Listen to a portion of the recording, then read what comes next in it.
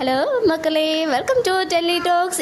Last வீடியோவில் நிறைய பேர் வந்து ரொம்ப மனசு உடைஞ்சு போயிருந்தீங்க. பிகாஸ் வெண்ணிலா அந்த லுக்கில் இருக்காங்க, விஜயும் இருக்காங்க, ஸோ மேரேஜ் வரைக்கும் போகுது போல அப்படின்னு சொல்லி. ஸோ யாரும் பயப்பட வேணாம், ஏன்னா டைம் சேஞ்ச் ஆகிடுச்சு. கண்டிப்பாக 6:30 ஸ்லாட்டில் இருந்த வரைக்கும் ஒரு அந்த அளவுக்கு பெரிய ப்ரெஷர் இருக்காது. பட் ஒரு மேஜர் ப்ரைம் டைம் 7:30க்கு போகுது அப்படின்னு சொல்லும்போது கண்டிப்பாக அந்த இடத்துல ப்ரெஷர் வந்து அதிகமாக இருக்கும். ஏன்னா டிஆர்பி வந்து ரொம்ப ரொம்ப கான்சென்ட்ரேட் பண்ணுவாங்க. ஸோ ஃபேமிலி ஆடியன்ஸையும் வந்து கேதர் பண்ணணும். ஆல்ரெடி ஃபேமிலி ஆடியன்ஸ் இருந்தாலுமே இன்னும் அந்த ஸ்லாட்டில் நிறைய ஆடியன்ஸை கவர் பண்ணணும்னா கண்டிப்பாக ஏதாவது இந்த மாதிரி high voltage marriage track or pregnancy reveal track இருக்கும் தான் நான் ஃபர்ஸ்ட் எதிர்பார்த்தேன். ஸோ இப்போ வந்து ஃபர்ஸ்ட் மேரேஜ் ட்ராக் கொண்டு வராங்க போல. யூஸ்வலாகவே சீரியல்ஸ்லாம் இந்த மாதிரி மேரேஜ் ட்ராக் வரைக்கும் போயிட்டு நிற்குது அப்படின்னு சொல்லும்போது டிஆர்பி வந்து செம்மையாக இன்க்ரீஸ் ஆகும். ஸோ அதனால அந்த ப்ரெஷர் இருக்கும். ஸோ சடனாக இந்த ட்ராக்கை வந்து இன்சர்ட் பண்ணியிருக்காங்க போல.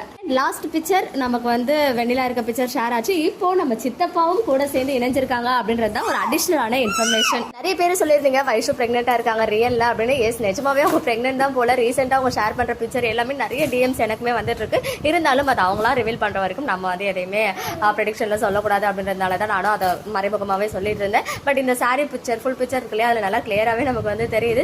ஸோ அவங்களே வந்து அந்த ஹாப்பியான நியூஸாக அப்டேட் பண்ணுவாங்க. ஸோ எனக்கு தெரிஞ்சு இந்த மேரேஜ் ட்ராக் வரைக்கும் போகுது இல்லையா, அதோட வெண்ணிலாவுடைய ட்ராக்கு என்கார்ட் போட்டுருவாங்க. நான் வந்து சோர்சஸ்ல கேட்டுட்டு கண்டிப்பாக உங்களுக்கு வந்து இன்ஃபர்மேஷன் கொடுக்குறேன்.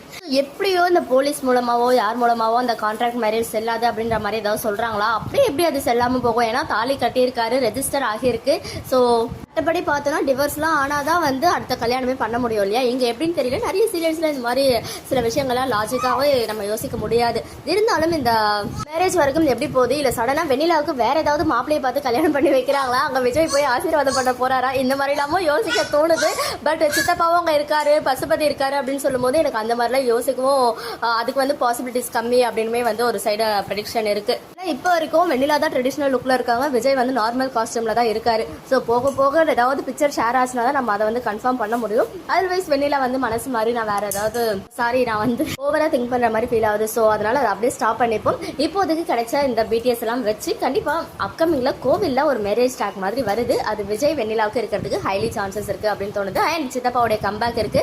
சித்தப்பா வந்து மேபி வெண்ணிலா கிட்ட மன்னிப்பு கேட்கிற மாதிரி இருக்கிறதுக்கும் நிறையவே வாய்ப்பு இருக்கு. ஏன்னா அவர் தான் பிளாக்மெயில் பண்ணி அவங்களை வீட்டை விட்டே துரத்தினார் இல்லையா? ஸோ அதனால தான் ஆக்சிடென்ட் ஆச்சு. எல்லாமே இப்போ நடந்திருக்க எல்லா இன்சிடென்ட்டுக்கும் காரணமே சித்தப்பா தான் அப்படின்னு சொல்லும் போது மேபி வெண்ணிலா அவங்களை மன்னிக்கிற மாதிரி சீன் கொண்டு வராங்க போல. ஸோ வெயிட் பண்ணி பார்ப்போமே. மக்களே, நெக்ஸ்ட் வீடியோவில் மீட் பண்ணுறேன். எக்ஸ்க்ளூசிவ் அப்டேட்ஸ்க்கு மறக்காம நம்ம யூடியூப் சேனலை சப்ஸ்கிரைப் பண்ணிக்கோங்க.